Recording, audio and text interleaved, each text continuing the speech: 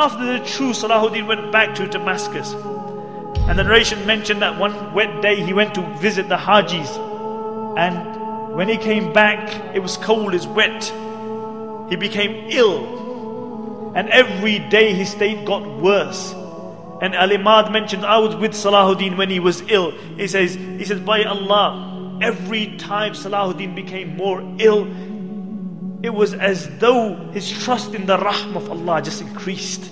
He said, the weaker his body got, the stronger his trust in Allah became. And even in that state, Salahuddin couldn't go to the masjid anymore.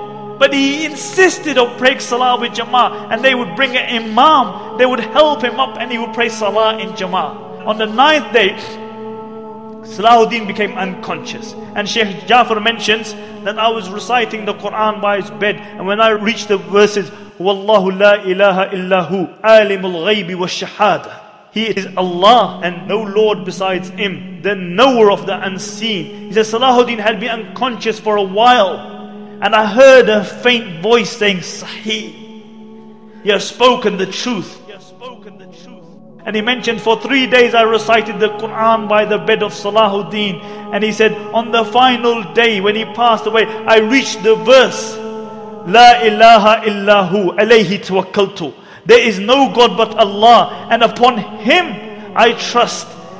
And I saw Salahuddin's face become radiant, and he recited the Shahada, and he left this dunya.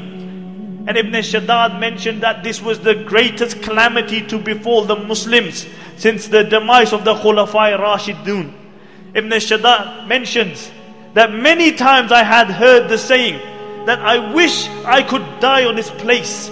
And I always thought that this was an exaggeration. But he said, I realized the reality of that statement when Salahuddin passed away. He said, I wish I could have died on the place of Salahuddin. And Abdul Latif, the famous physician, says that he was mourned like a prophet because everybody loved him. The good loved him, the bad loved him, the Muslims loved him, the non-Muslims loved him. Everybody loved Salahuddin. And what did this king leave behind him?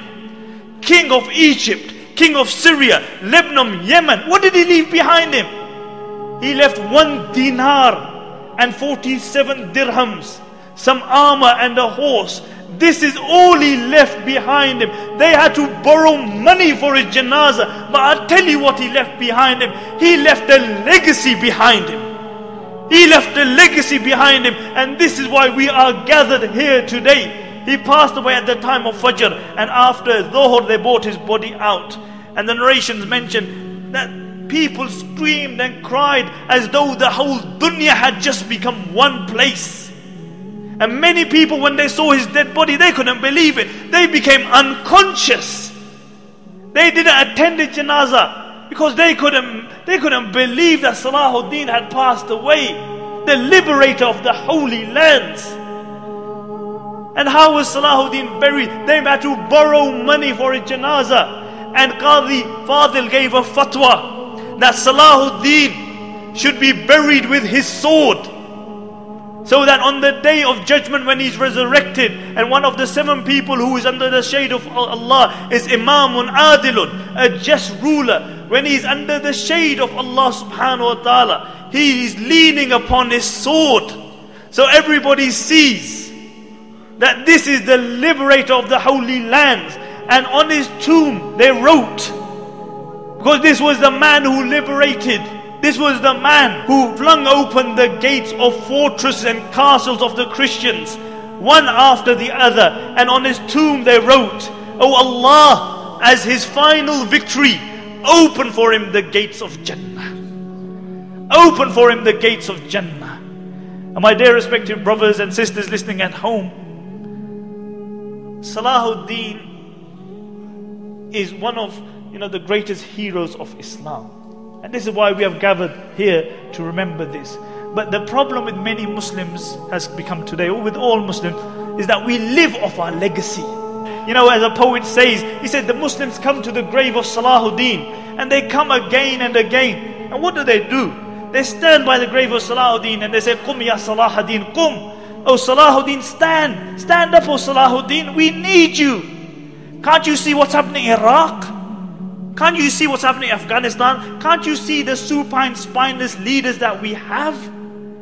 Oh Salahuddin, we need you to liberate the holy lands. The poet says they come and they say, قم يا صلاح الدين قم حتى اشتكى مرقده من حوله العفونة. He says, they come to his grave and they say, oh Salahuddin, stand, stand. Until his grave began to complain about the stench around it. And the poet says, كم مرة في العام توقظونه كم مرة على الجدار الجبن تجلدونه أيطلب الأحياء من أمواتهم معونة. He said, how many times in the year are you going to wake Salahuddin up? He said, how many times are you going to whip Salahuddin for your own cowardice? And then he says sarcastically, أَيَطْلُبُ الْأَحْيَاءُ مِنْ أَمْوَاتِهِمْ مَعُونَ. He said, has it come to the state that the living have started asking the dead for help? The living have started asking the dead for help. Nobody aspires to be a Salahuddin. Nobody tries to be a Umar ibn Khattab or Abu Dhar or Abu Bakr radiallahu anhum or a Khadija or a Fatima. Nobody aspires to be like them. We live off our legacy. You know, we remember these people, but none of us aspire to be like them. We can't be cowardice because we believe in a hereafter. You can't celebrate the life of Salahuddin and Umar ibn Khattab and then be cowardice yourself.